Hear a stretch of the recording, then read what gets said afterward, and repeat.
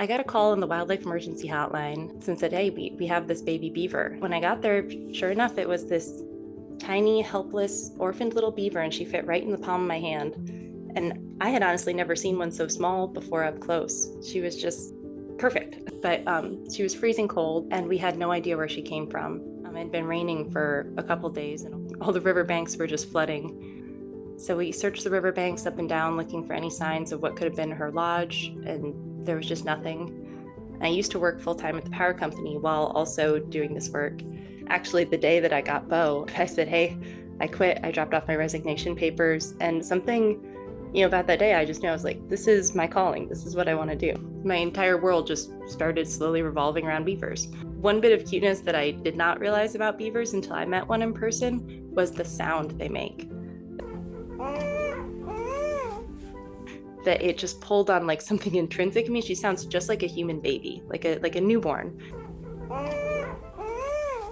I had a connection with her, but I was always ready to return her to the wild. Like I was really looking forward to that day when I would see her go be a wild beaver. I like to think of them as environmental superheroes because when we send them out, they create these wetlands, they provide homes for thousands of other species, they improve the water quality, they improve the biodiversity, they create more plant life, they rejuvenate the landscape, and it's just incredible to watch.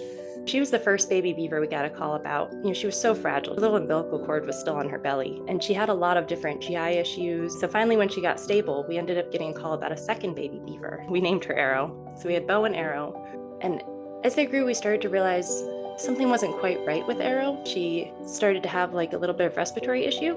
And then we noticed one day that Bo's eyes, like in a matter of hours, she started to go cloudy. And then the next day, Arrow's eyes went cloudy. And it turns out that Arrow had been carrying this kind of mystery disease. Arrow being a little bit older, she recovered, but Bo, not so much. One of her eyes had a lot of scarring on it, and it collected fluid in the tear duct, and eventually it got so swollen that it had to be removed. Our goal is to always get these animals back to the wild where they came from as often as we can. There was kind of a decision to be made there because now she carries this virus that could resurface. She's got a bit of a weakened system to it, and she's blind, and she's now formed this bond with me as her caregiver. So ultimately it was decided to declare her medically non-releasable. We just saw that there was so much potential for her, so much more purpose that she could have as an educator, that she could really be a voice for her species.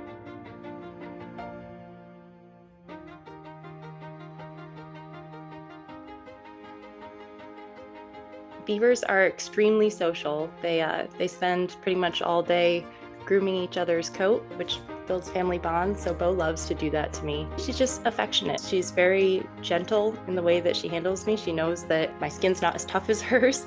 She has an incredible sense of humor. She likes to scare the ducks on the pond. She'll swim up under them, and you can see it in her face that she is just like amused.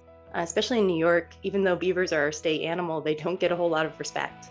They're seen as a bit of a nuisance. They actually prevent flooding with their dams that slow down the water and connect the major floodwaters to its floodplain. They prevent major flash floods by letting the water spread out slowly. They also prevent wildfires. They prevent all types of natural disasters. I mean, in a world where there's so much bad news and there's a disaster, it seems like, on the news every single day, these beavers are just a beacon of hope.